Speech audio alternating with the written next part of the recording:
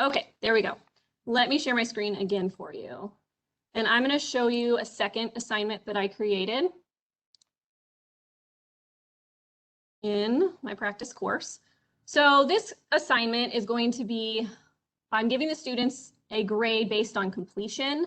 So this is my file upload feedback, and I had them upload a file. So you're going to see a couple different things here. Again, within the assignment, so I clicked on the assignment. Within the assignment in the top right corner, I can click on Speedgrader. I'm going to show you also while we're here. This is the file upload feedback assignment that I want to grade. I can go to, from my homeroom, and if you haven't noticed already, dashboard looks a little bit different this year. I can access my homeroom on my dashboard in the elementary mode. So from here, I can also access my gradebook by clicking on grades and then choosing a subject. So I'm going to view the gradebook for math. And you can see this icon right here. This icon means that the test student has submitted an assignment for, or has submitted their assignment for this assignment.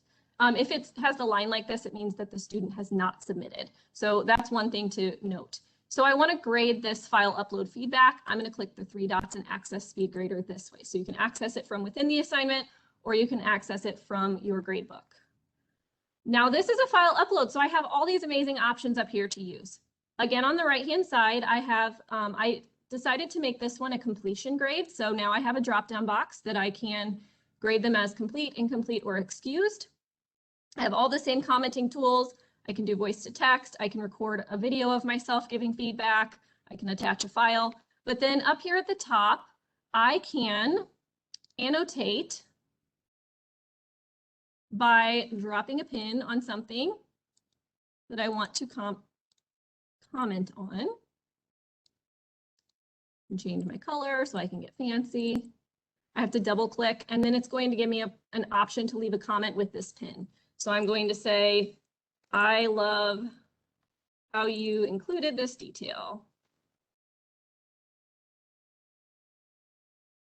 And then that comment is ready for the student. So I'm dropping a pin on the detail that I love. I can also move it around once I have created it if I put it in the wrong place. I can use the highlighter tool to highlight something. I can also then comment on that thing if I would like to. So not only am I giving visual feedback with the highlights and the dropped pin, but then I can attach a comment to that detail. So I would click on this right here to leave a comment about that. And we think about using a better word. I can also just comment anywhere. So this text box lets me put a text box anywhere on the file and type a comment there. The strike through option is going to let me, if I'm, let's say I'm editing something for a student, I want them to take something out, it's going to let me actually draw a strike through on that piece of their work. And then I can comment on that as well. So this is why I think you should not have this here. We could replace it with, or we could just take it out, whatever it might be. And then this tool lets me draw. So this is where I could circle something, I could underline something. This is my draw tool. If I don't want anything as I'm working, I can just delete it with the trash can. And then this tool right here lets me put a box around something. So with my paintbrush, I might draw a circle around something, but here I might actually put a box around these words. And then again, you get this comment option to say, what's this box here for? So we're not just leaving a box and the student has to figure out why you put it there. You actually are commenting and saying, here's why I put a box around these words. I think this is a great detail, or maybe we should change this or rearrange this. So you can, there are so many options if you're having them file upload. This is not available within Google assignments if you have students make their own copy, but I will show you what is. So we will talk about that here in just a little bit. So that's Speedgrader. On your end, if you're saying, wow, that's a lot to take in, I really wish that I had an opportunity to practice this, here's how you can do that.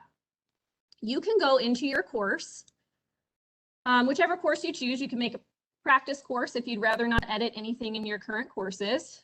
And in the elementary math course, I created a module. And we're going to call it example practice. And then within that module, I can click the plus sign. So here's my module. Think of the module like the folder that's holding all of my content for this example. I can click the plus sign and create an assignment. And I'm going to call it practicing feedback. You guys can see I'm really in a creative mood with my titles today. Practicing feedback. Here's the assignment, but now I need to edit it. So whatever you're wanting to practice, if you're wanting to practice a file upload, which has the most options, you can require this to be a file upload. So we're going to go into the assignment. We're going to edit it. We're acting as if we're submitting this to students. So here's my title. Here's my rich content editor where I can give directions. Please submit your work. Here, I can choose how I want to grade it. So if you're going to grade it based on points, you put the number of points here. So let's say 15 points.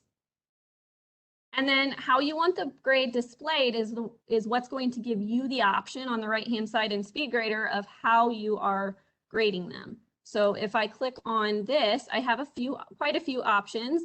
Most commonly, I think teachers are using points or completion. If you just want to see that students submitted something and mark it as complete so you can check it off of your list, or if you actually want to give a points grade, this can be, this syncs to SIS. And I've been told that this year our courses are already set up to automatically sync to SIS grades 3 through 5. So if you create a percentage grade, you need to make sure to change the group, because in SIS, grades are not listed under assignments.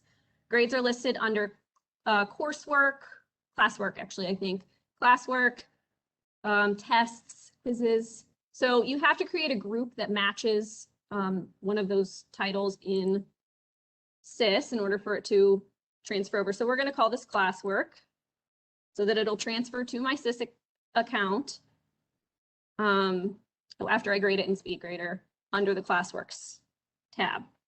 So I'm going to grade it as points, just like you see here.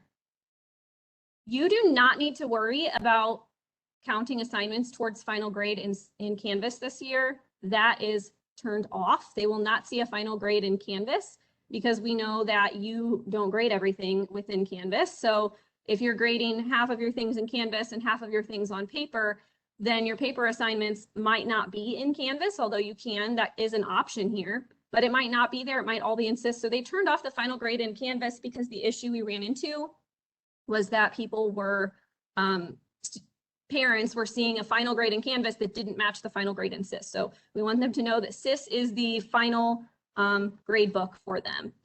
Then you're choosing submission type. This is where you're going to get what kind of options you have for grading within Speedgrader. So if you choose an online submission type, that's something within Canvas. So they can do a text entry. You can also choose multiple here. My first assignment that I showed you was a text entry option. They can submit media recordings by recording their voice or a video of themselves. Student annotation would be if you gave them something like a grammar worksheet and you want them to edit it, or they can upload a file. And this is where you get all those fancy annotation tools that I just showed you if they're submitting something as a file. You give them the allowed attempts. You can set these other parameters. Decide who you want to assign it to. Make sure you date everything in Canvas this year if you haven't been in a habit of doing that, so that it shows up on their calendar to make it easy to find. So I am dating it, saving, and publishing. One other important thing to make sure you do, and again, I'm showing you how to practice this in your course. So this is just a practice assignment.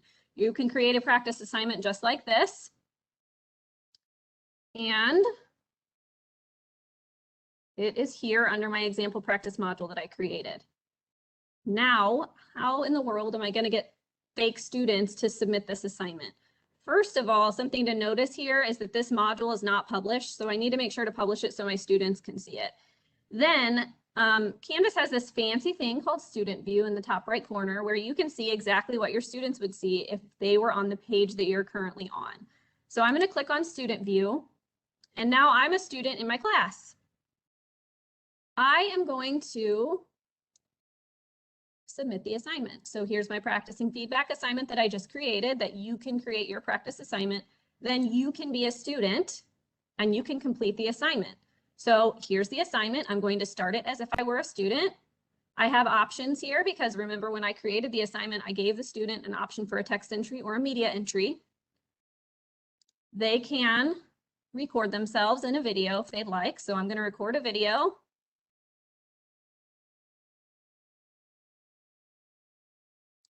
And I am going to say, see if it'll work for me.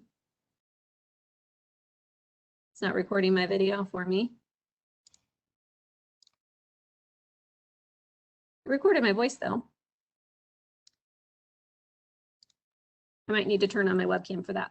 But for sake of time, it recorded my voice. I'll still be able to show you what that looks like in Speedgrader. I'm going to title it My Voice Recording. That happens. Something to check is that students that they have their webcam enabled on Canvas. And then we're going to submit the assignment. Okay, so now practice student just submitted the assignment. We get some confetti on the elementary view. And then I'm going to not click reset student view because when I reset student, everything the practice student did is going to disappear. So I'm just going to leave student view. And now I can see Speedgrader here. So now I am in teacher view again. If I click on Speedgrader, there is one submission. So that's the submission that I just created as a practice student. So this is how you could go in and practice giving feedback. And at the end today, we will not take the full 2 hours. We'll probably have about 30 minutes, I'm hoping, for you to actually create this practice assignment and go in and grade it. So it's showing me that the submission is a media recording. Not recording my video for me. I can hear my video. I could see my video if I had that enabled, and then I can grade it. So I can watch their video. I can say that was not a very good job. You did not even retry it when your video wasn't working. So I'm going to give you a 5 out of 15. And here's why I would like you to retry. And again, all of those commenting options are there. So this is just so that you can see how you could possibly practice this before the students come and before you're actually doing it live with students. Okay, so I think I covered this, but I want to make sure. Oh, no, I did not. So within another way to talk with students is through Gradebook. In the Gradebook, you can select, so remember those assignments and the 3 dots next to it. Within Gradebook, if I click on the 3 dots, I have a message students who option, and I can message students who haven't submitted and say, hey, don't forget to submit your assignment.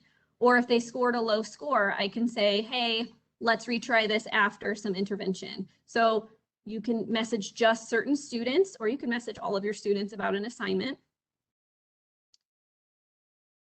Another thing you can do within Canvas is set prerequisites and requirements for student feedback. This is done under the modules within your, actually, I'll keep going with this. This is done under the modules within your course.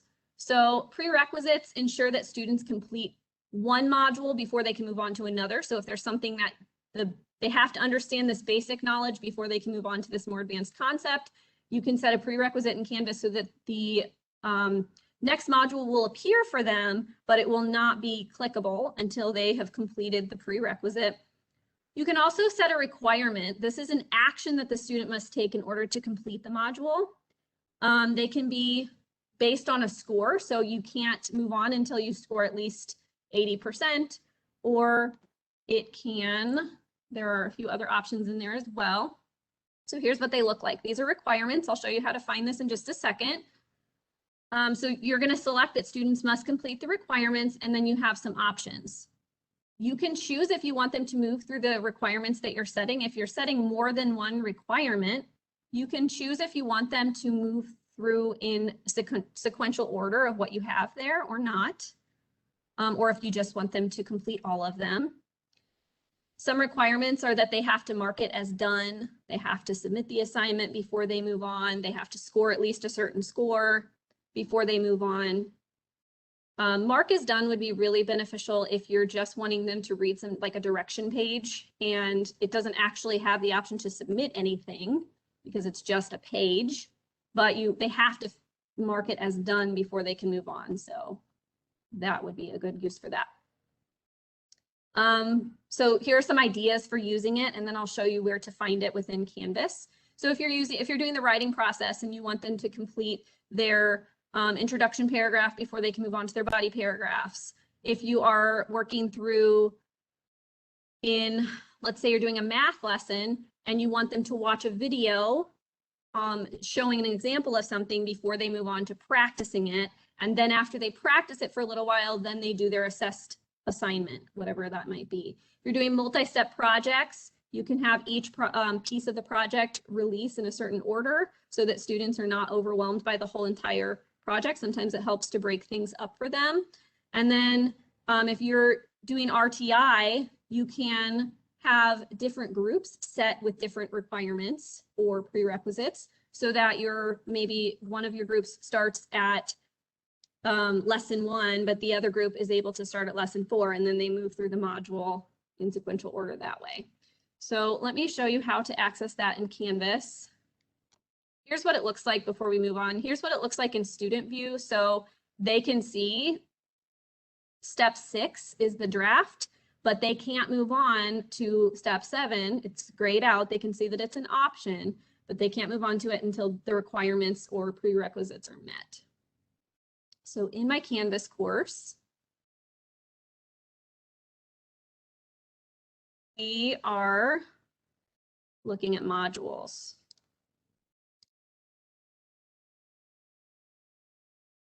So here are my example modules that I created. And on the right-hand side, you have the 3 dots. This has to be done on the entire module. So if you're wanting a student to do one thing before another thing, you need to make sure they're in the correct order within the module or that they're in separate modules, because you can set one module to come before another, or you can say within this module, you have to do these things in order. So this module has 2 items. I'm going to click on the 3 dots and I'm going to click edit. Oops, not edit, sorry. Clicked on the wrong thing. I'm going to click edit for the module. Make sure you click on the module. And this is where you can add a requirement. This one does not have the option for a prerequisite, so I'll show you that on the other one because there's nothing before it on my modules page.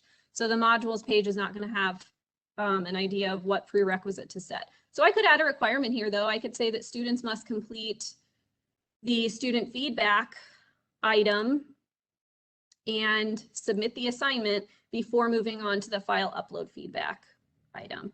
Then I update the module, the prerequisite is set. On this module, there is a module listed before it. I need to make sure that all modules I want students to complete are published from the module down. So just because I publish student feedback, I need to also publish the module in order for the prerequisites to be available to them. So I'm going to click the 3 dots and I am going to edit the module. And now I have the option for prerequisites. So I could add a prerequisite of completing the student feedback practice module before they can move on to this module. Requirements are I kind of think of it as the prerequisites are the module before, and then requirements are kind of what do I need to do within this module to move through the different parts. You can move around things within a module by clicking on the dots over here so that you can put it in the order that you want students to complete it and then set the requirements for it. Oops. Are there any questions yet that I can answer about prerequisites or Speedgrader features? No, the only, let me see.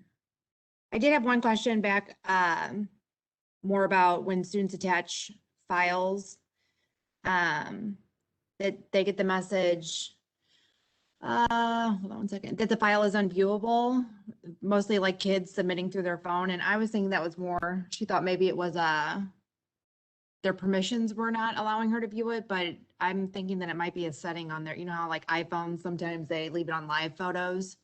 Mm-hmm. So I'm thinking if they're uploading it in that file format, that might be why it's not actually a JPEG that they're attaching. It's a live photo that's not loading. But I don't know. Yeah, if we've gotten that. I would agree with that. I would think that if, in that case, I would have a student probably email it to them. It's easiest to change to a JPEG on a computer, wouldn't you say? Yeah, So that's email what, it or to it's themselves. easier to tell the student to turn their live photos off when they're taking, a lot of times people don't even realize that live photos is on all the time. So the problem with that is when you upload them, you know, like a lot of teachers do these end of the year slideshows, but they've taken live photos all year, so they all have to be converted from the live photo file type over to JPEG. So I'm pretty sure the reason why, well, hold on. She's saying now that Hannah and Scott told her it was a file sharing issues, but their suggestions did not work. I wouldn't think that it would, I would think if the student is submitting a photo from their phone, then they're allowing the permissions. I would think so as well. I'm not sure. I think definitely having them turn off live photo. So that, or if they already took the photo a while ago and they're wanting to submit an old photo that was already a live photo, like I had said before, having them email it to themselves if they're an older student, or emailing it to the teacher, although then it kind of takes away the Canvas piece, but you can convert it to a JPEG on a computer pretty easily. Yeah. Laura, But I'll touch base with you privately and we'll try to figure it out. Let me look through. It said somebody wanted us to review how you said that we could contact all students who, oh yeah, I can do that. Let me go to back to my Canvas course.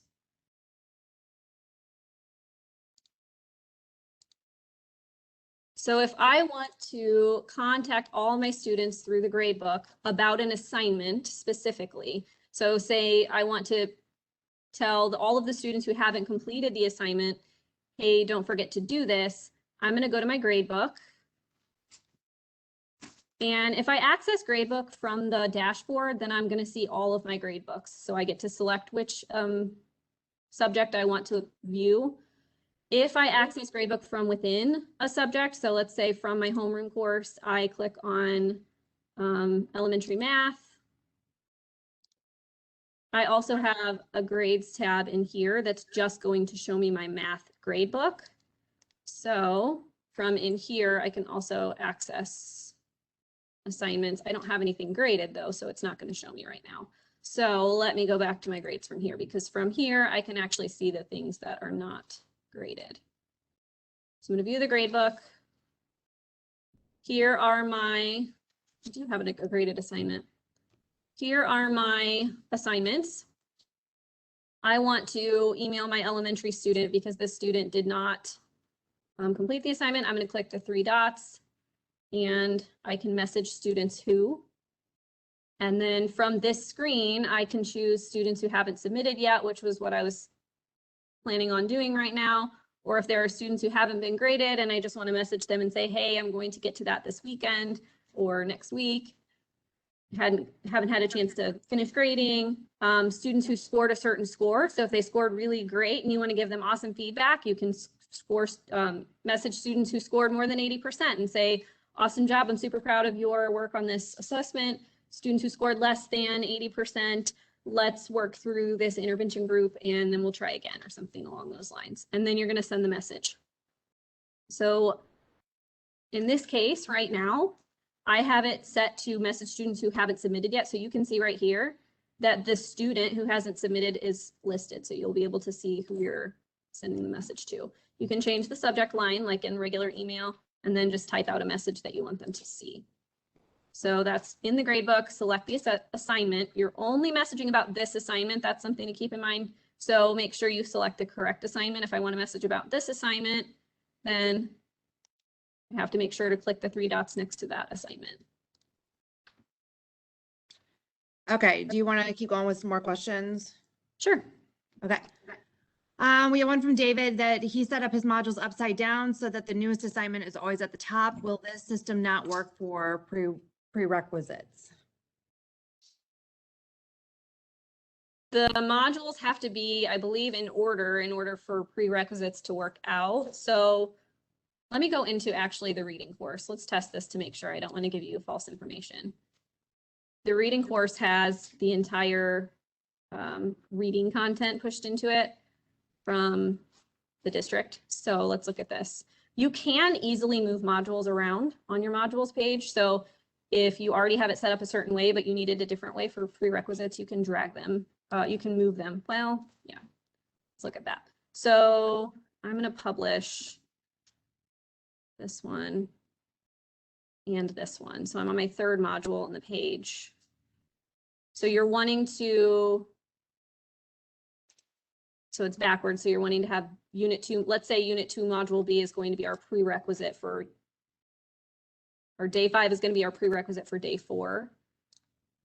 We edit, it's going to give me add prerequisite, only the ones before it on the module page. So they will have to be in order on the module page from what's first, second, third, fourth, in order to set it as a prerequisite. But just like with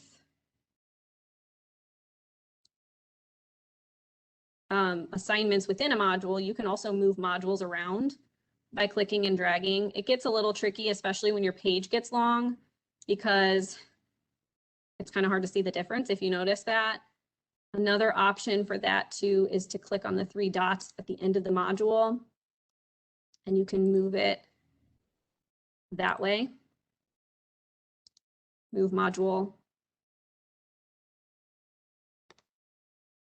I think I clicked on the wrong thing. You can move the contents around, you can move the module itself. There we go.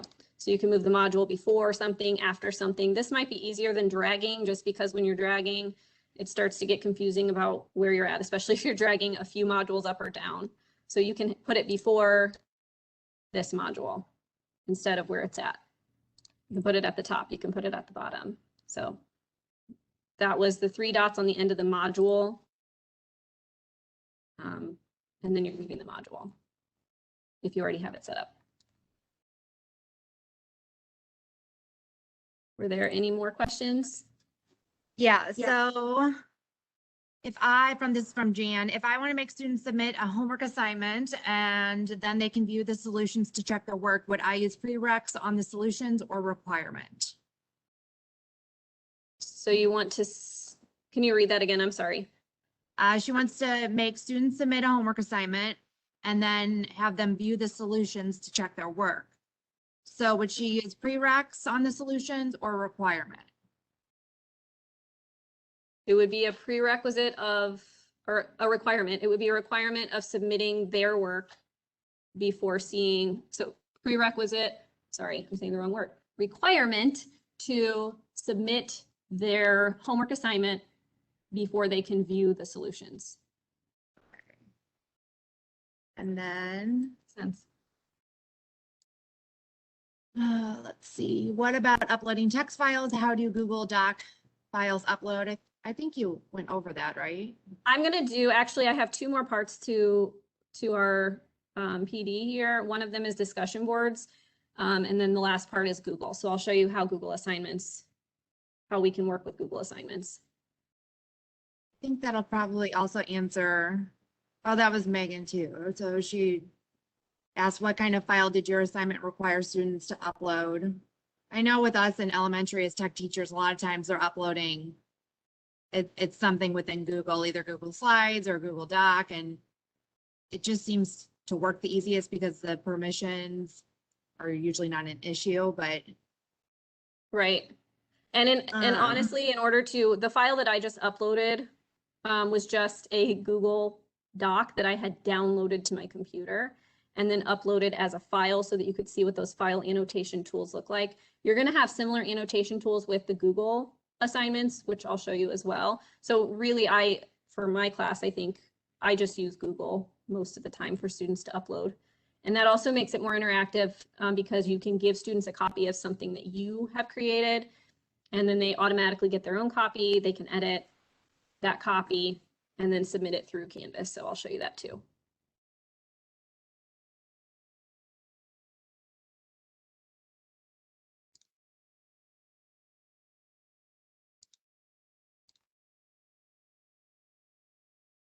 All right, are we ready to move on to discussion boards?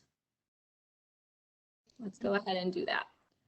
Okay, so within your courses, within each course, you have the option to create discussion boards. You can also do this in your homeroom course if you're discussing something such as, you know, team building or get to know you things at the beginning of the year.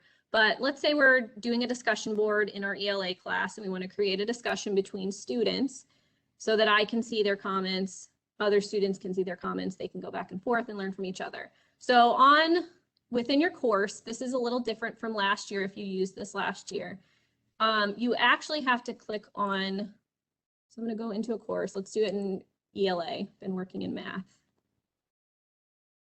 So my reading course, I don't have that navigation bar on the left-hand side anymore. It's now across the top and it doesn't have all of the options. So discussions isn't actually here. So to access the discussion boards, you're going to click on Manage Subject in the top left. And now you're going to have all those same options to create assignments, create discussions, create quizzes, things like that. So you're going to click on Discussions. And you can add a discussion for students. So I used to teach 5th grade. So let's say this is Night of the Spadefoot Toads. Discussion. You can give it a title. You have all of your rich content editor options here. You can add images, you can add links. You can insert something from your Google Drive if you would like. And this is where your question goes, or any details or any materials they'll need for the question. So I might say something like, how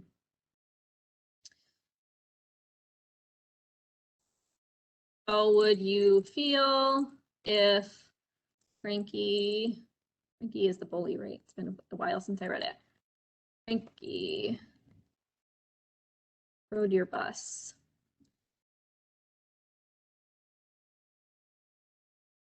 On your friends.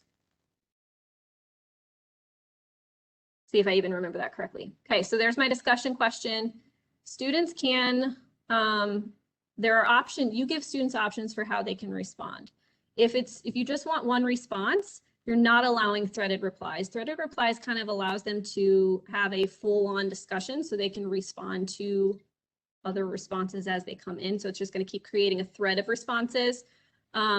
You can require, this is something that I would require most, is users must post before seeing replies so that they, unless you're wanting them to gather ideas from other people's posts in order to help formulate theirs, you would want, most often I would probably want them to have, I want to see their thoughts before they start also gathering other people's thoughts. So users must post before seeing replies. I don't think I would enable a podcast feed at the elementary level. If you want to grade it, you can grade discussion questions. So it could be just like a short answer quiz if you wanted it to be. You can allow students to like other students' comments. I've actually done this and the upper grades really like doing this a lot. Although, you know, you have to know your students. I've had classes who really get into the liking to the point that they're like, well, this person has 10 likes and this person has 2 likes. So you have to know your class. If it's a class who's going to be mature about it, they do like this. It's something that engages them, that they can like other people's posts.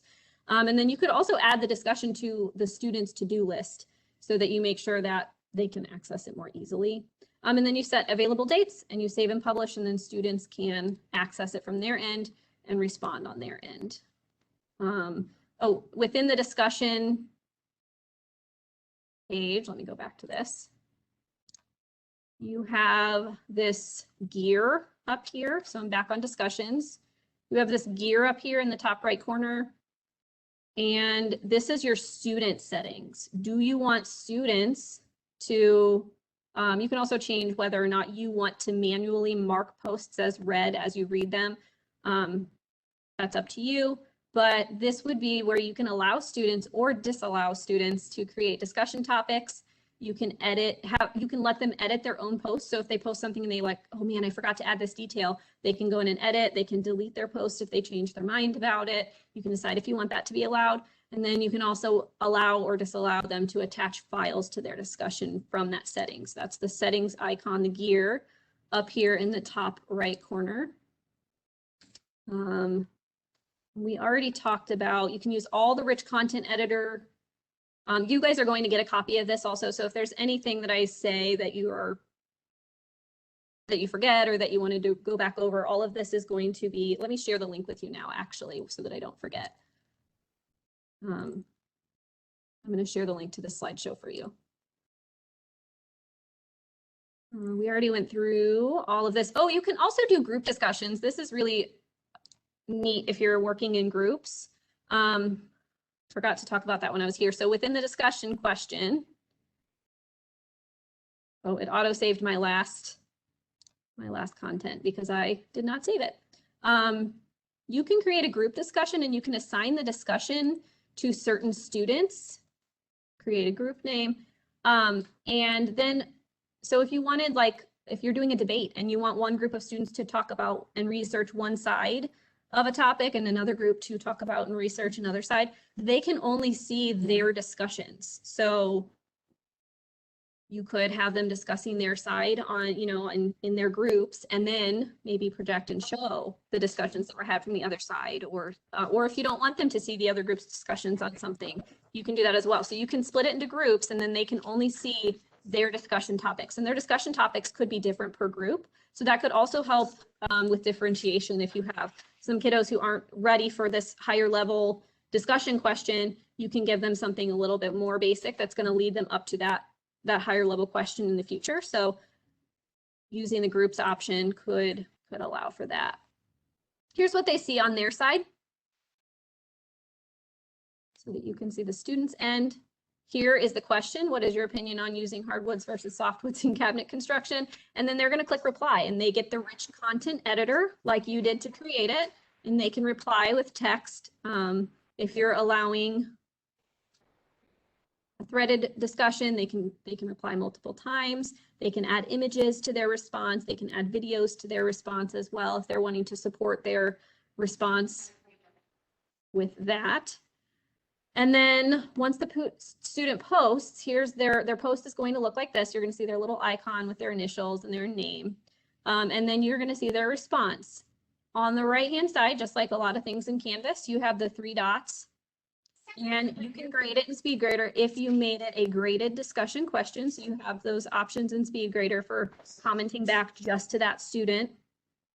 You can mark a post as read or unread. You can delete posts if there's something that you want to have a student redo, or they posted something that you didn't want other students to see for whatever reason. So you have some options there. I think that's kind of the basics of discussions. So think of, there are a variety of ways you can use discussions.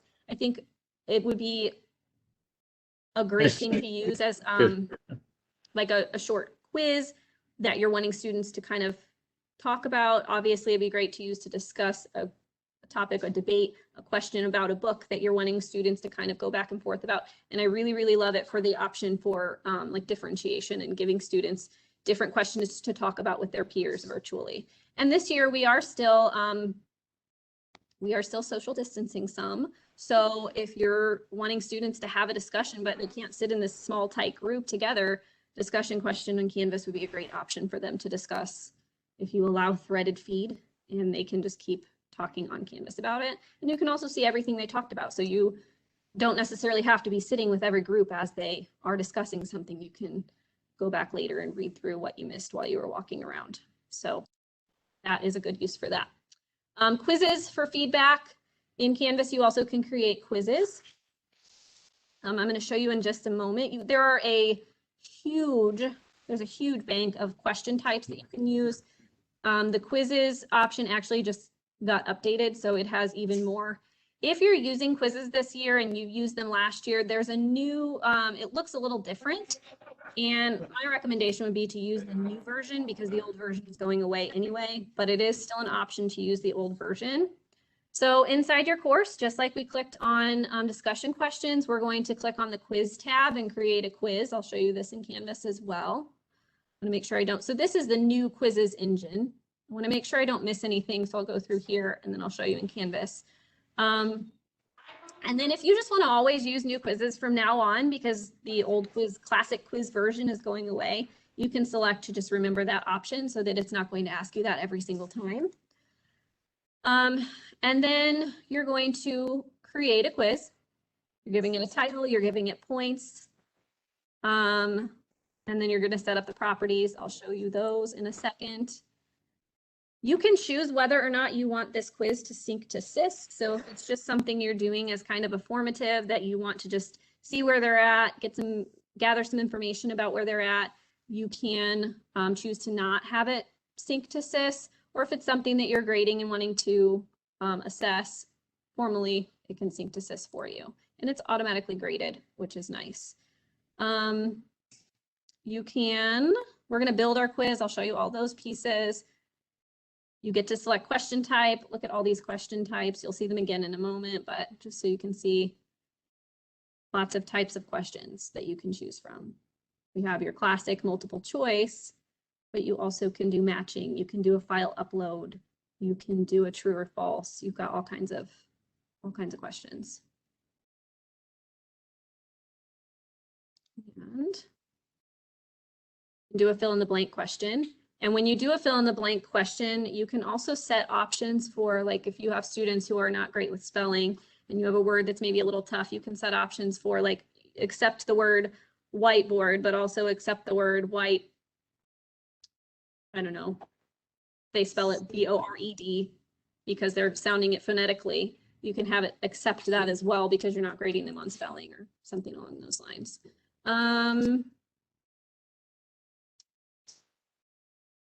I'll show you that. Multiple choice questions. You can do question stems. You set up your stem as you normally would. Oh, that would be for multiple choice, sorry. I'll talk to you about that in just a second. Oh, you can also upload an image or require your students to upload an image. So in a multiple choice question, for example, if you wanted to say, first grade, what is this number? And you upload an image of the number. Using Google for like feedback and stuff like and that. you need This I kind of knew.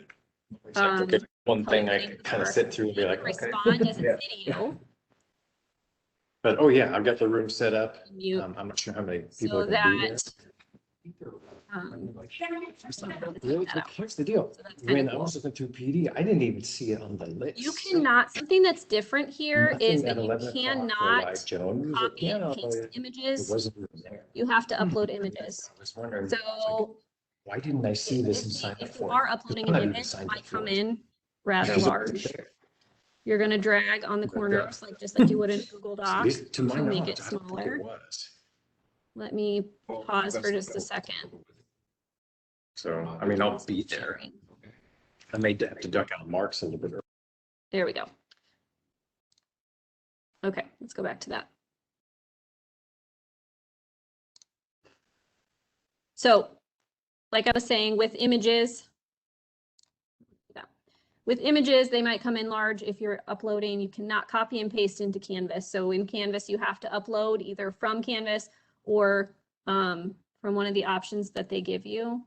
So the image might come in a little bit like huge. You can click and drag the corners just like you would in a Google Doc. And then when you're finished, you're going to click done. Pixlr is a website that is linked to Canvas that you can get images from. So let me show you that on the Canvas end. I'll go back to dashboard so you can see how to get there from dashboard. So let's say I want to create a quiz in my science course. I'm going to go to my elementary science course. And again, remember that navigation bar is not over here. So I need to click on Manage Subject. And on the left-hand side, now I'll see quizzes. It's going to give you some directions on quizzes if you haven't used them before, and I haven't used them before in this course. Then I'm going to click on create a quiz, the plus quiz sign over here. I'm choosing new quizzes because that old classic quizzes is going away, so I don't want to get used to that, or I want to get used to the new one. Remember this choice for me so you don't have to ask me again, and then submit. Now I can give it a name. Quiz. I can assign points. This quiz is going to be worth 10 points. Just like in assignments, I can add it to a group. So if I want to add it to classwork so that it's going to sync to SIS, I can do that. And then when it's graded, the grade will automatically sync to SIS. I can choose due dates. Make sure if you want it to appear on your student's schedule that you select a due date. It will not show up on their schedule. It will show up on their schedule if you assign it, but it'll show up all the way at the bottom. So make sure you add a due date. It's going to be due today. They're going to come in today and do this. I'm planning last minute, and I'm going to give them until Wednesday in case there's any students who are absent.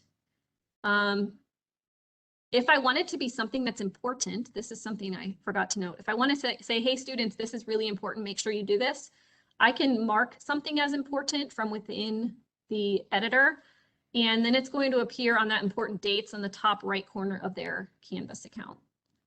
I'm going to save and publish. Now I have to actually edit the quiz. So here's the quiz. I'm going to click on the quiz to build it.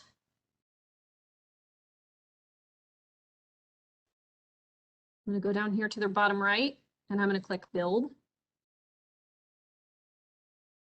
And here's where I can add my questions. So I've got all these options up here across the top for my quizzes. Quizzes are very,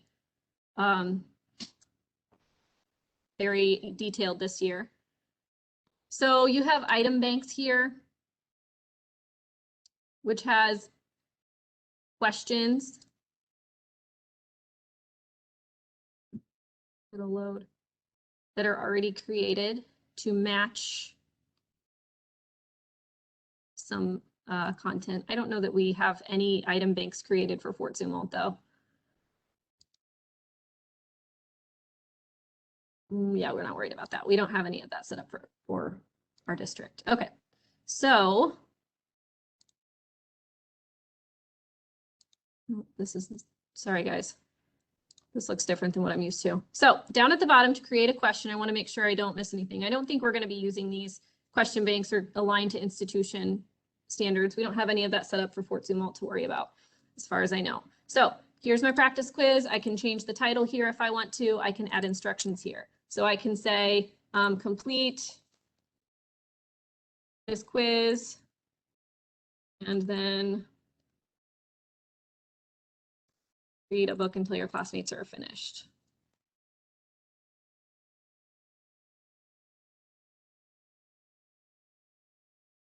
Now I'm going to create a question. So to create a question, I am clicking on this plus sign down here at the bottom.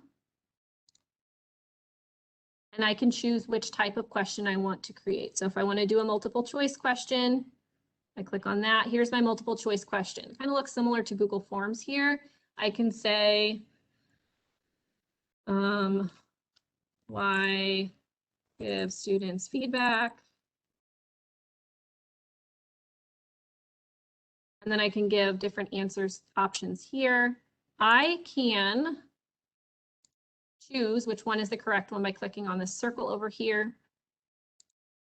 Type the correct answer. And then I'm going to put my incorrect options in these other boxes. When I click on my option, or when I click on the answer options, it's giving me this rich content editor again. So with my options, I can include an image. I can upload media. I can upload a video of myself talking or saying or doing something. I can also upload videos from YouTube from there. I can oh gosh, I keep clicking on this. I can upload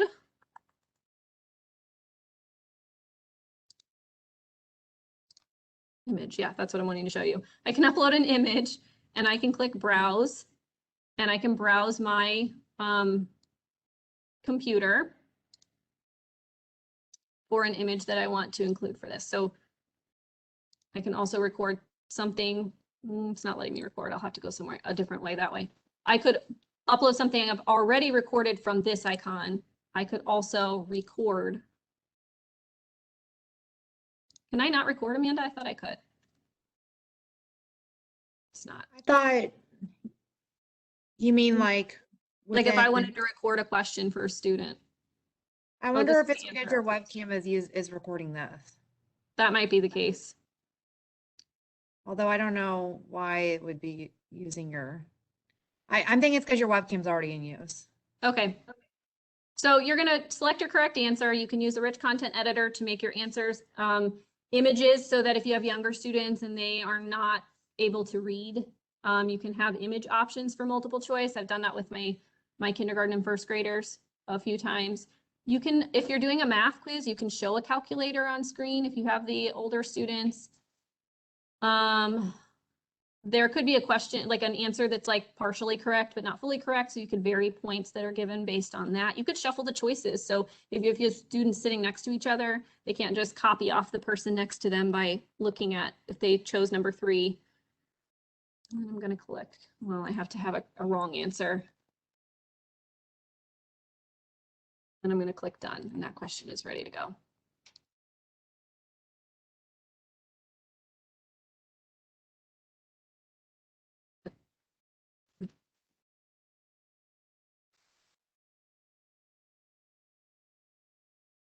And then you have these other options of types of questions. The fill in the blank question, let's do one practice of that. You are going to type a question. So you'll say,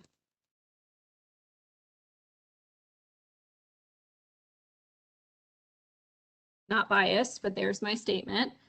Then we're going to create a blank. This looks different than what I'm used to. I should have played around with the new one before. Sorry, guys.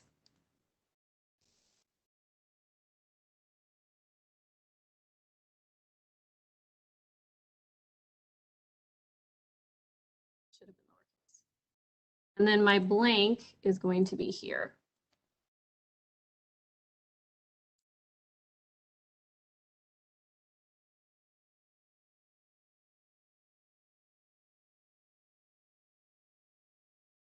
What am I doing wrong here?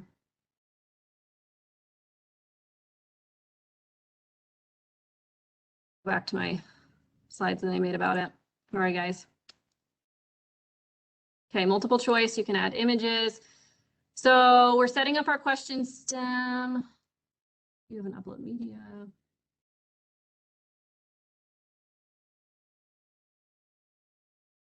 Fill in the blank. Okay, here's fill in the blank. I'll show you this way so I don't confuse anybody. All right, so creating fill in the blank, you're typing the entire statement like I did at the top. Then you're highlighting the word that you want to be blank and pressing enter. That's what I was forgetting. You need to highlight the word you want to be blank and pressing enter. So I want this to be blank, then I press enter. I think my statement here is confusing, maybe.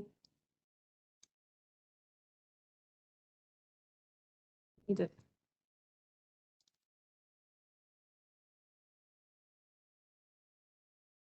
being patient with me, guys. There we go. In this second box, I typed it again. I highlighted Progress South and pressed enter. This is what's going to be blank. You can give them a drop down of options. You can give them a word bank of options, or you can leave it as an open entry where they can type anything. With elementary students, this is where I was talking about if they're having a little trouble with writing, with spelling, then you might want to, with the open entry, you might want to give a little bit of like close enough. Or if you want it to be an exact match, if you're testing, if you're checking if they can spell something, then you can require it to be an exact match. So these options are available for fill in the blank. Sorry, that one took me a minute. Anybody have questions over quizzes? That would be the last kind of piece, and then I'll talk about Google assignments. About quizzes, there was Nancy wanted to know if there was an easy way to convert classic quizzes she's already created to new quizzes before the classic version goes away. That is a good question. I'm not sure about that. I'm wondering if they'll have like some way to just convert them once it If you import it, so in a course, if you change your settings from classic to new quizzes, and then you have it save your settings, and then you import a quiz you created last year, I would think that it would be set up as a new quiz. I mean, it would bring in the questions the way that they were set up last year. But if you wanted to add or edit questions with the more available options this year, you could, I would think, but I have not tried that, so I don't know that for sure. As you can see, I have not played around with the new quizzes option much yet, so I need to do that more. I forgot to also show you that there in the settings, you can shuffle all the questions, shuffle all the answers. You can have it show for kids who get overwhelmed, or for younger students, you can have it show just one question at a time. That also helps for our kiddos who forget to scroll and they think they're done when they've done what's on the screen. Student access code, time limit, you can set lots of options here. Calculator for those higher math skills. So those settings are across the top there. Were there any other questions about quizzes before we move on? Sure. And you can grade short answer questions within Speedgrader as well. It looks like Jacob and Matt answered. Matt said you just import them into your new course. He did it, so. Okay, And then it's Jacob actually showing posted- up as new quizzes. I would think so if that's your setting in your new course. And then Jacob posted a link that shows how to do it, I guess. So thank you. Awesome, thank you. And then the only other question we have was back, it's not about quizzes, so we can go back to it later if you want to move to Google, but it was about it was from Corey, and what does the podcast feed enable? So I know that was back with podcasts. We can, if you want to come back to that at the end, we can. Sure, we can. I have to refresh my memory actually on podcast feed. I wrote myself a note because that was something I had never used. Let me see. I know, I've never used it either with it. And I double checked on that podcast feed option. Let's see. I can, Oh, if you want to podcast start feed. Google, I can. It will send updates to students about like if the conversation continues. So like it'll send them an email about like there's a new comment on kind of like what you get if you get a notification in social media, there's a new comment on this feed. So a podcast, when you allow the podcast feed, it's allowing students to get updates on the feed as it goes. In elementary, I didn't think that would be something I would use. I have kiddos who don't even know how to check their email yet, but that could also, I was also thinking that could get a little fuzzy when it comes to like students trying to continue the discussion at home. And then it's when you're not monitoring and things like that. So that was something I was like, probably wouldn't use it. If you want to, just make sure that you're moderating it and being aware of what's being posted.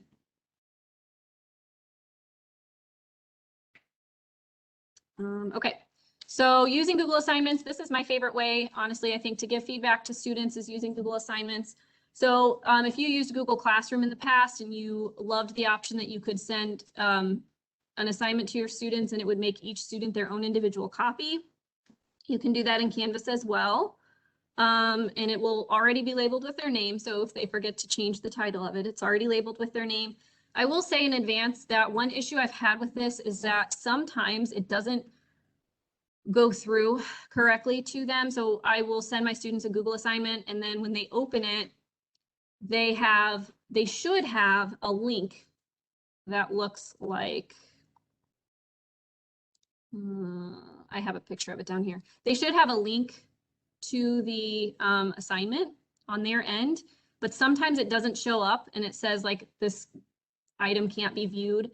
And then it'll have like a make a new copy button. If they make a new copy, it will still create the copy with their name of what you sent them. So it's still an option. It's just a few extra steps and it can be a little confusing, especially to the younger kiddos, but they work through it pretty well with a little bit of support. So if that happens to you, if you send a Google assignment, and they should get a link to their own copy of that assignment. If they don't, there should be a make another copy option for them to use. So let's create this so I can show you how to do that within Canvas. And then I'll show you what it looks like on the student side. So let's go ahead and keep working in science. I'm going to, I need a module. So full assignments module, gonna add the module. And then I'm creating an assignment, plus sign, create assignment. I'm naming it submitting Google assignments. Now I'm going to click on the link. Here's my assignment. On the teacher end, I need to edit it. I'm also going to need to remember to publish it at the end so my students can see it. This is my direction box. A lot of people get confused here and they want to paste the link here to the Google assignment. If you have, let's say, a Google Doc that you want your students to complete, because that's what I'm going to show you an example of. You can do this with slides, docs, sheets, what else? Anything, drawings, anything within Google, you can do this. However, you're not pasting the link here, okay? I'm not just going to copy my slideshow link from the top and paste it in my rich content editor. The rich content editor is your directions. This is where you give students directions on completing the assignment. So I'm going to say directions go here. You can assign points just like other assignments. This is going to be worth 20 points. I'm going to add it to my classwork group so that it can sync to SIS once I grade it. I'm displaying the grade as points. You can decide if you want to, oh, this is where you're going to decide you want it to be Google. You can also decide if you want it to be a group assignment, things like that down here. So I'm going to go to submission type. If you have never done this before, this is where I want you to write down the steps because this is the part that gets a little bit hard to remember. So I'm going to click on where it says no submission. Online submission was where it allowed me to select text entry, media recording, things like that.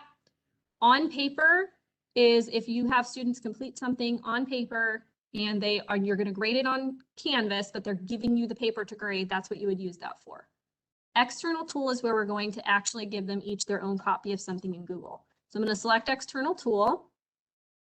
Then I'm going to click on find. I am finding something in Google. Google Assignments LTI is what we're selecting. And if you have never used this option within this course, it's going to have you link your accounts. Once you link your accounts, you should not have to do it again within that course. So I'm going to link and then link again. And then it'll pull up your Google Drive so that you can select whatever it is that you're wanting to share with your students. So right here where it says files, oh, I can turn on, this is also another kind of cool feature. I can turn on a plagiarism check. So if I'm having students turn in a writing assignment, Canvas has a plagiarism, originality report is what they call it, and it will check for that. So I'm going to attach a file. I'm going to attach this feedback writing assignment that I created. This tells me that every student is going to get their own copy. And I need to make these points, this is important, I need to make these points match the points that I assigned when I was working on my assignment in Canvas. So total points are 20. I can set the due date here. This should also match whatever I'm telling Canvas that it should be. And then I'm going to, oh, if I wanted to create a rubric, I can either create a rubric to go with this assignment. I can use a rubric that I've already used before, or if you have a rubric in Google Sheets, you can actually use that in Canvas. It has to be set up a certain way though. So in the slides that I'm going to share the link with you for, there is actually a link to an already pre-set up Google Sheet that you can use to create or transfer over a rubric that you already have that you can use in Canvas. So if you create a rubric, when you go to grade it, that rubric will be available to you for you to grade the assignment. I'm going to click create. And now I have to click select again. And my assignment is here. I can set all the other parameters that I've set in my other assignments that we've created. They're doing a lot of work that's due today.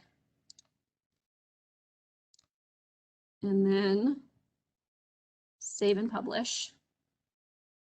I almost always click save and publish because most of the time I want to make sure students can see it.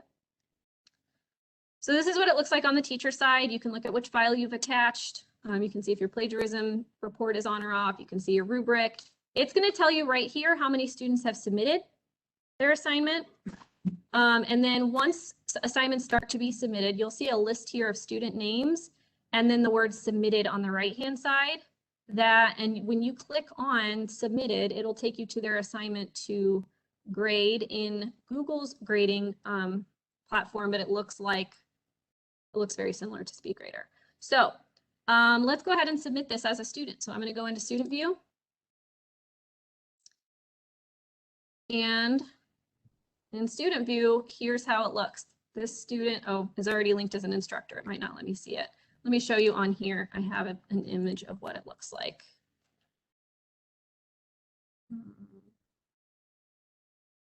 Already talked about that. We assigned it. There is a video tutorial in here as well that you can look over again if you want to see it. This one shows you the student view. And I'm actually going to mute it. I just wanted to show you it. On the student's end, here's what it looks like. They have the directions up here that you typed. They have the assignment here. This is the actual link that they're going to click on to open it. They can also click open assignment. Either of these should open their own copy with their name. The student's name is example student. So this would say, you know, John Smith, lesson 1, whatever the title of your assignment is. They're going to open it and they're going to work on it. Here's the other cool thing about Google Assignments. So once they submit it to you, then you can edit it. You can comment on it in a platform that looks exactly like Speedgrader. So you're going to put grades over here. Here's what that looks like. Once it is submitted to you, so they actually have to resubmit. This can get a little bit fuzzy with elementary kids too, because when they resubmit, I have had kids, it's going to automatically, if they got the link from Canvas to their assignment, when they try to submit, Canvas is going to pull that same link for that same assignment into Canvas to submit.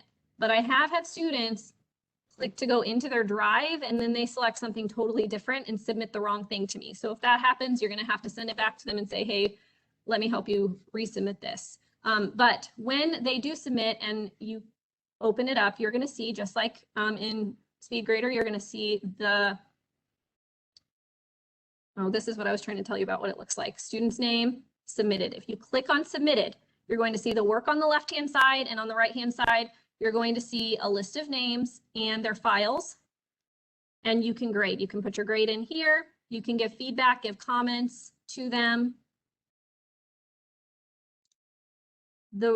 I'll go back to that in a second. The really cool part, though, is that in your Google Drive, when you have your first Canvas assignment, it's going to automatically create for you an assignments folder. This just is going to appear in your Google Drive. If you click in the assignments folder, you're now going to have a list of your courses. So here's my elementary science course. And as my students open their files, those files also get added to this folder for me.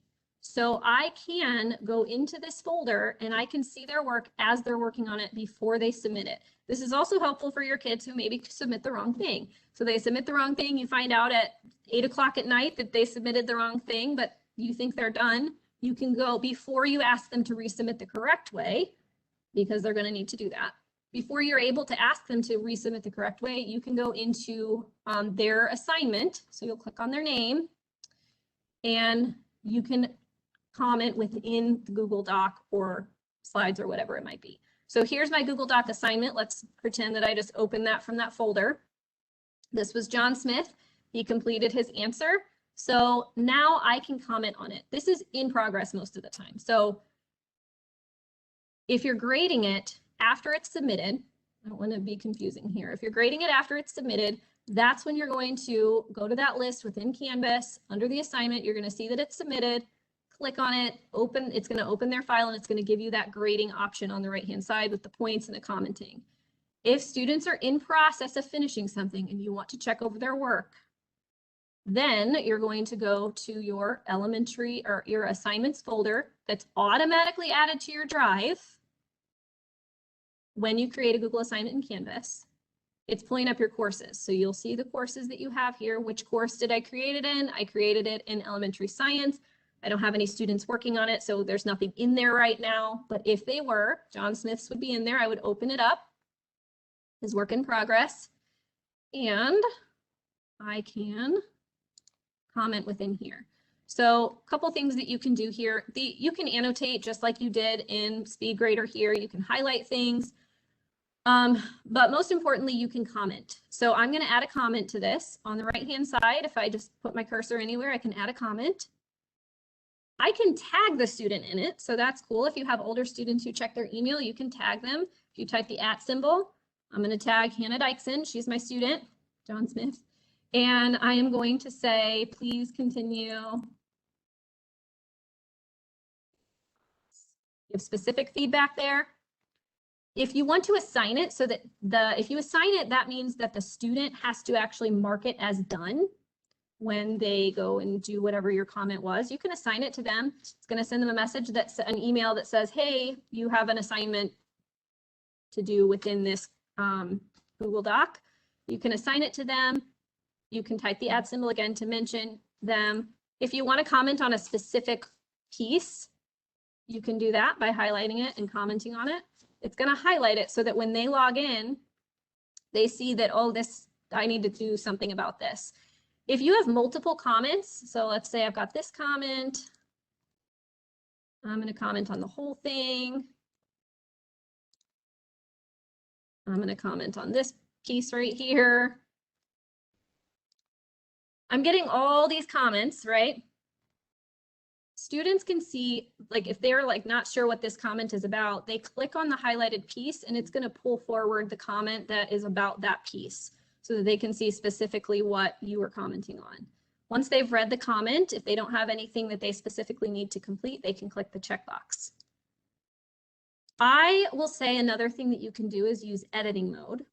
So editing mode up here in the top right corner, if I click on this little box that looks like it has a pencil in it, I can turn this paper into an editing mode, which means that while I'm editing it, I'm not actually changing anything. I'm kind of making suggestions for things to change. So if I wanted to say, instead of write, I think you should say the word create.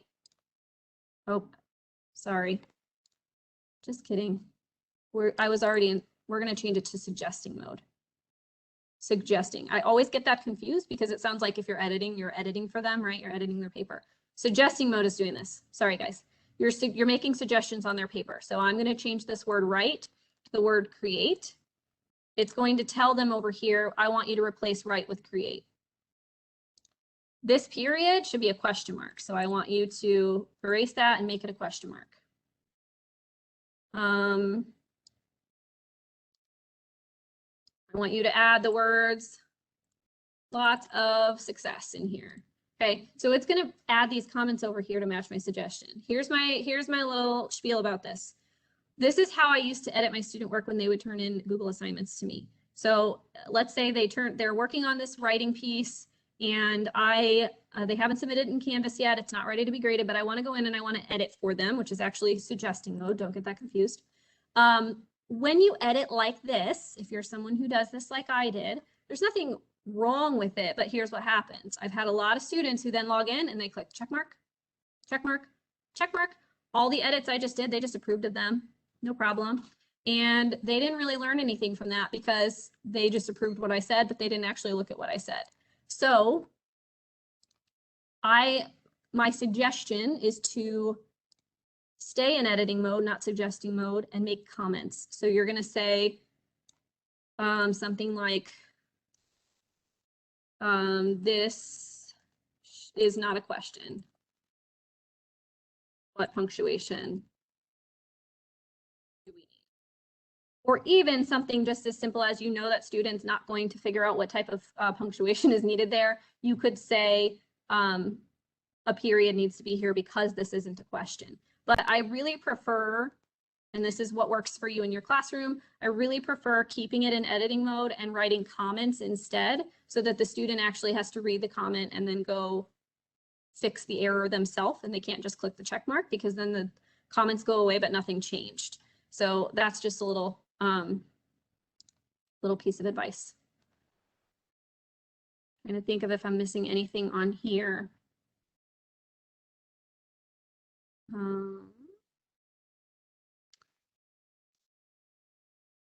Something else I want to show you is that this website right here, again, this is in the slides I'll send you. This website right here will take you to all your Google assignments in Canvas. And it's actually probably, yeah, it is working for me. So it's showing me all my courses. And I just made this one in elementary science. So it's showing me that this exists. Students haven't submitted it yet. But if they had, I would click on view assignment, and it would again give me that whole list of student names and then the word submitted. So that website is something good to bookmark if you're planning on using Google assignments often within Canvas, because then instead of having to click through everything in Canvas, you can just use that link and see all of your Google assignments listed there. So that is a helpful link to have. You cannot view student Google assignments on Canvas unless they submit, but you can go to your drive, access it through that assignments folder that's created by Canvas, and then you can comment within the assignment as they go and give suggestions. Anything I missed there, Amanda? No, I don't think so. I'm waiting for clarification from a couple of questions, but sorry, my vent's going. I don't know if you guys can hear me. No, we can hear you good. Okay. One thing I wanted to go back to was if you set in an until date, but you have a student you have one student who needs extended time, can you change it for that one student, or does that until date have to apply to all students? So you could change the until date to all students, but if you don't want to, I think the only way in Canvas to do that would be to create the assignment again for that one student and set the dates differently. You can create assignments for just one student or just two students if you want to. That's a lot of work, but you can't just set it for, you can't change the date for one student individually unless you create an assignment that's just for that student with the different dates. So you'd either have to go in and change it for everyone or go in and create it for those students. So like in assignments,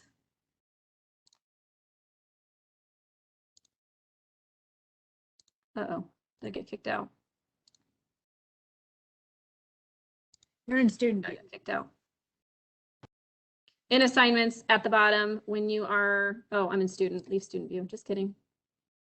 Thank you.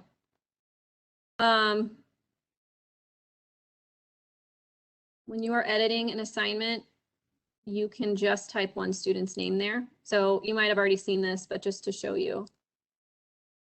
If I just want, again, I'm having to recreate this though for this one student.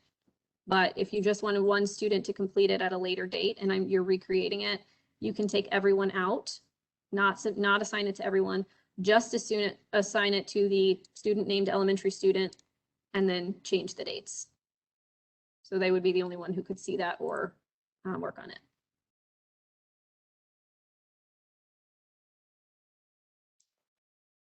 And then let's see.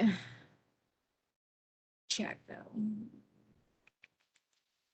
If you grade the Google assignment through the Google link, will it push that grade to Canvas automatically? Yeah, it goes through Canvas, and then if you set it to go to SIS, then it's going to SIS. As long as you're grading within the Canvas link, not in your assignments folder. Your assignments folder, think of as where you're giving comments while they're working, and then the Canvas links you're grading after they're finished. I answered the other questions for the others.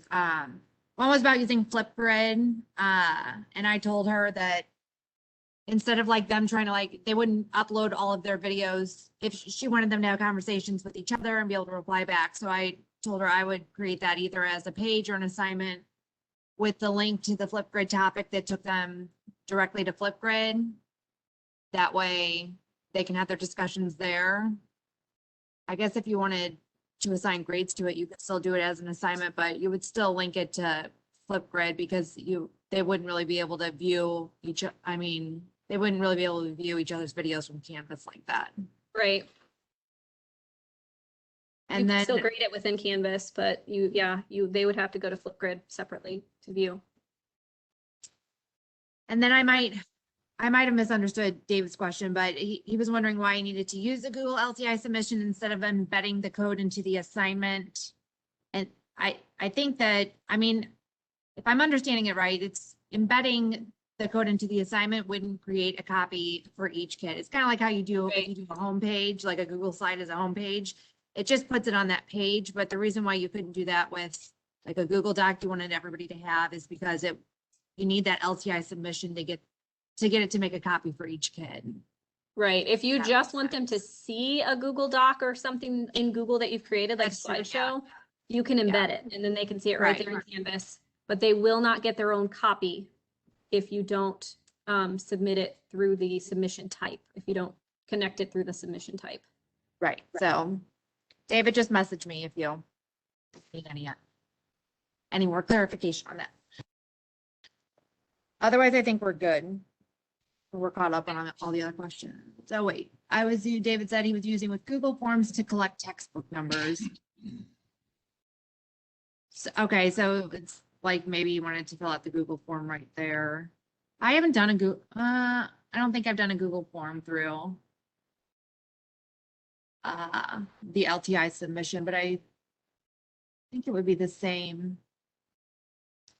I haven't done a Google form through LTI submission either. But I would think the same thing, like if you're just trying to post it as the embedded code, it doesn't really let them like submit their email and fill it out Right. separately as a form, so.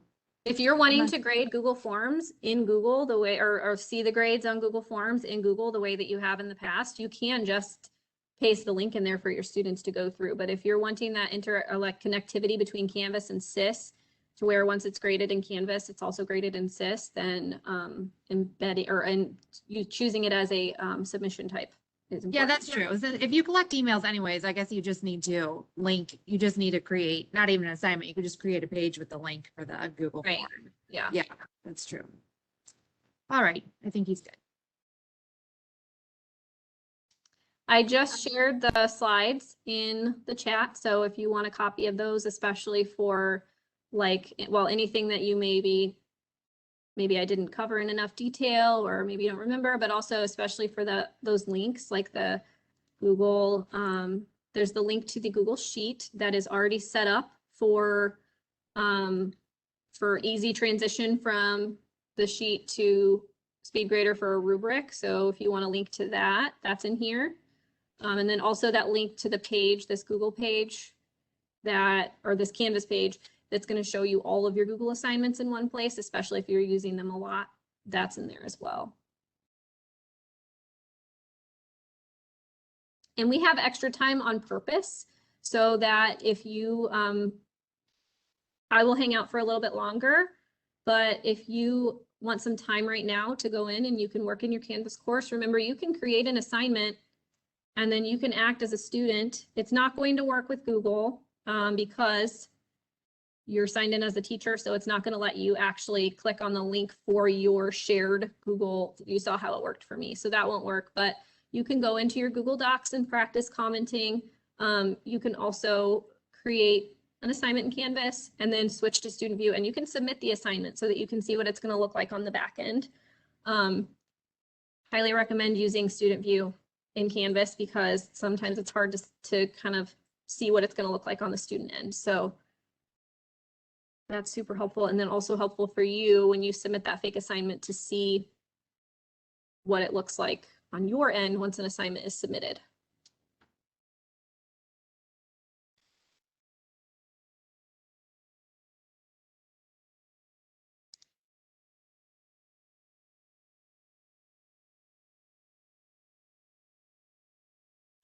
So you guys are welcome to sign off and practice. Otherwise, I will hang out. Amanda and I will hang out for a little longer to answer questions. Hope you guys have a There's some- fabulous year. What were you going to say?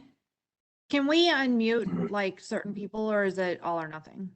I think they're set to be able to unmute themselves if I'm correct, but I'm not. If you want to, All right.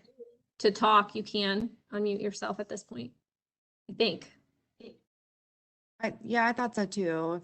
Obviously, if maybe it's like when they join. We they also join can unmute them if you click on participants at the top. Okay. Or on for you, yeah, it's still at the top for you. And then on the right hand side, you can choose to unmute them if they would like to be unmuted. All right, you guys can message me in chat too if you want to be unmuted. David, I think we answered your question, but if you still had, I saw that you posted about the spreadsheet. So just let me know if you want me to unmute you. Let's see. Zach had, no wait, that was, yeah, that's recent. Last year I had to import Canvas assignments into SIS through SIS Classic by class. Am I understanding that this year it will be done automatically? Yeah, so exciting. Yes. It's already pre-set up for you this year. For 3 through 12, it's already set up for you. For K2, for standards based, it still is not going to be interactive. But yeah, if you're grade 3 or higher, it's ready for you. It's ready to go. You do not have to set it up.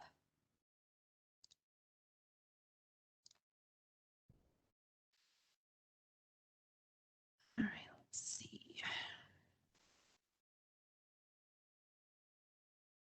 And you guys can feel free to email us too if something comes up after this. I think our emails are. Yeah, absolutely. You can email either one of us. If we don't have the answer, we will get it for you.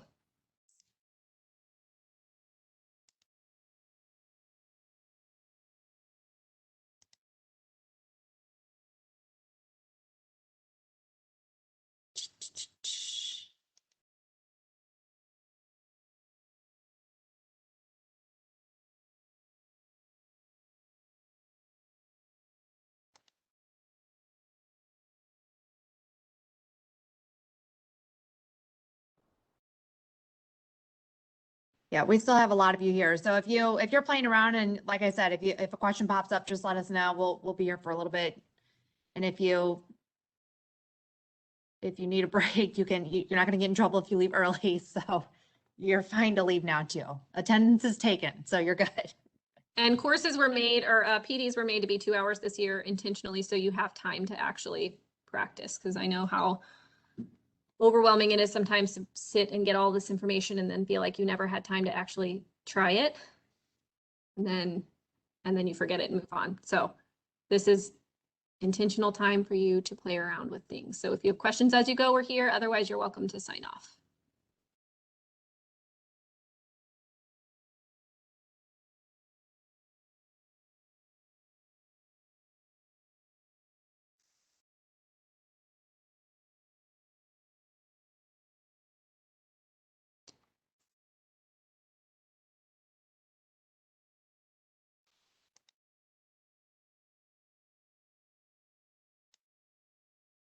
So in Google Drive, I have a question here that says, can you show me how to change the sharing permissions on a picture in Google Drive?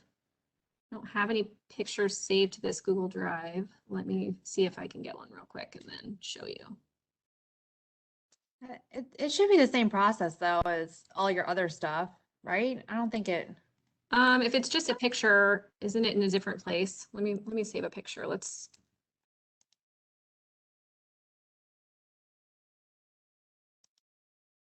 I feel like it's all the same. Let me see. Like surely we have one picture in our drive.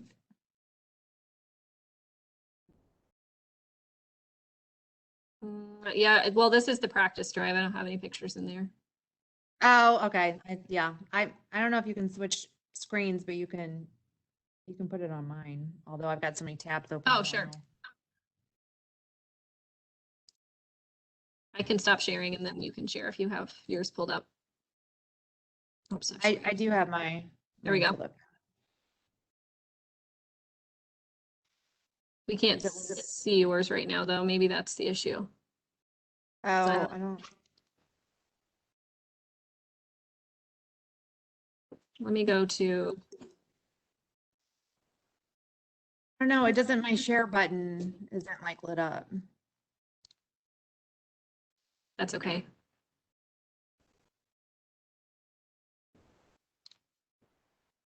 I'll share mine again and we'll see if we can get one saved.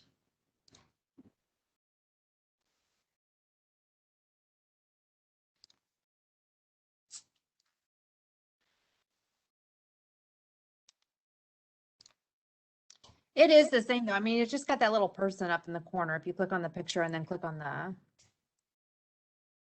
I'm gonna share a different screen. I'm pulling it up on mine because I definitely have pictures in my drive. So go here to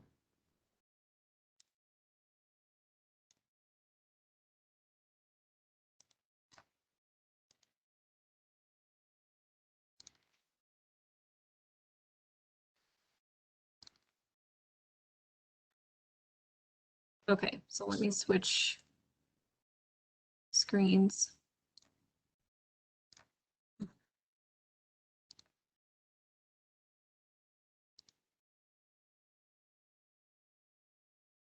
Do you guys see all of these pictures here? we see your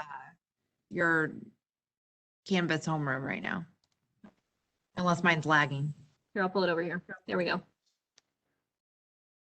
There Okay, you go. so if you want to share an image, here's the images in my drive. This is an anchor chart folder I made a long time ago. So I've got pictures of my anchor charts. I click on the image and then up here in the right corner, we have the plus sign to share, just like with other things within the drive here. And I can share here. I can type in a person's name. I'm going to share this with Amanda Jones. I can change her from, I can decide if I want her to be able to edit, which on a picture doesn't really matter, but in other things it will. If I want her to comment on it or just view it, and then I can share there. Or if I just want to share a link, here's that get link, just like in Google Docs, where I can have the link be restricted, or I can also publish it to anyone with the link, so you can make sure that anyone who's accessing it can see it. So, or if you actually click on the image, you have these three dots. There's a share option here too, so that you can share the same way. Hopefully that answered your question.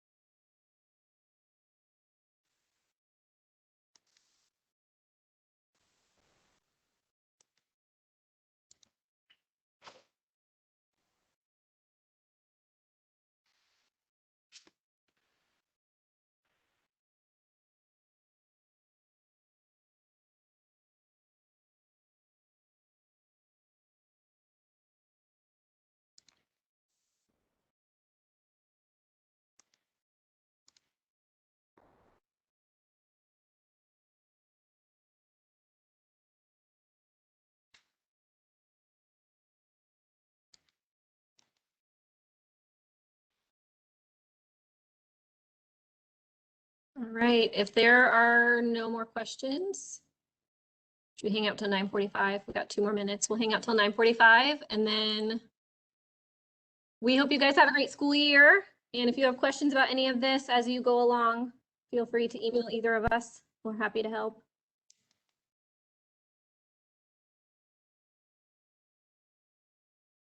There's also I don't know if your building text I've told you guys yet, but in your Ford Zoom up bookmarks, about halfway down is it says FZ Tech Central, and that's going to take you to the tech canvas page. And it's got so much help. It's all organized by topic, SIS, Canvas, all that good stuff. So if you haven't heard about that yet, it's in your bookmark folder from the district. So Oh yeah, I did want to mention that. Thank you for bringing that up. Forgot about that.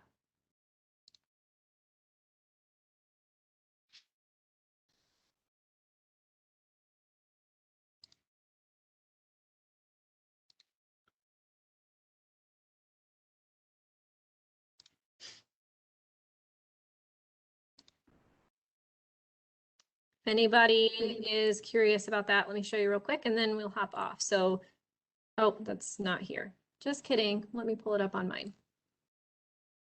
Here's my account. So in your bookmarks, FC bookmarks over here, you have FC Tech Central. It's a Canvas page, so it's going to have the red Canvas symbol next to it. And it has so many resources for you about the most common tech things that we use. So this is what this looks like if you want to see questions about Canvas. There's lots of things about Canvas in here, links to previous PDs and resources and slideshows and videos and all that fun stuff. SIS, WebEx, other tech tools that we use. You can also use it to book an appointment with Hannah or Scott virtually. So they have 20-minute slots in there if you need help. They are like a plethora of knowledge, so they can answer many, many questions that you might have. So when you click on it, there's just like, look at all these videos about everything you could think of. So that is a great resource that was created this year. Crystal, did you see Marilyn's email about our next session link being wrong? No, is it different? Yeah, she emailed us the new link and she said she emailed it to our participants, but if we get emails, it's right there. Okay, I'll have it open then. All right, if there So are I don't no know more- if that. Wait, go ahead. Oh no, what were you saying? Oh, nothing. You're fine. Go ahead. Okay, if there are no more questions, we will be signing off and heading to our next session. So hopefully you guys have a great year and we will see you later. Bye, guys. Bye.